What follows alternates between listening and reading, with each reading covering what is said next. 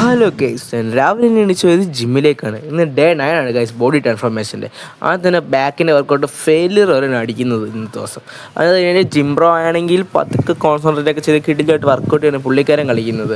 പിന്നെ അതെല്ലാം കഴിഞ്ഞ് വീട്ടിലെത്തി കഴിഞ്ഞ് നമ്മൾ അത്യാവശ്യം 2 ബസ്സൊക്കെ കയറി സ്ഥലത്തോട്ട് പോവുകയാണ്. അങ്ങനെ ബസ്സിൽ ഇരുന്ന് നമ്മൾ സ്ഥലത്തെത്തി. ഇതാണ് ഗൈസ് നമ്മുടെ കൊട്ടാരക്കര ബസ് സ്റ്റാൻഡ് കാര്യങ്ങളൊക്കെ. അവസാനം നമ്മൾ അവിടുന്ന് നമ്മുടെ സ്കൂളിലോട്ടാണ് പോയത്. ഇന്ന് റീവാലുവേഷൻ ഇത് കൊടുക്കാനായിട്ട് പോയതാണ് ഗൈസ്. അങ്ങനെ ഇറങ്ങി തിരിച്ച് വന്നപ്പോൾ നമ്മുടെ പോസ്റ്ററും കാര്യങ്ങളൊക്കെ അവിടെ ഇരിക്കുന്നതും കാര്യങ്ങളൊക്കെ ഉണ്ട്.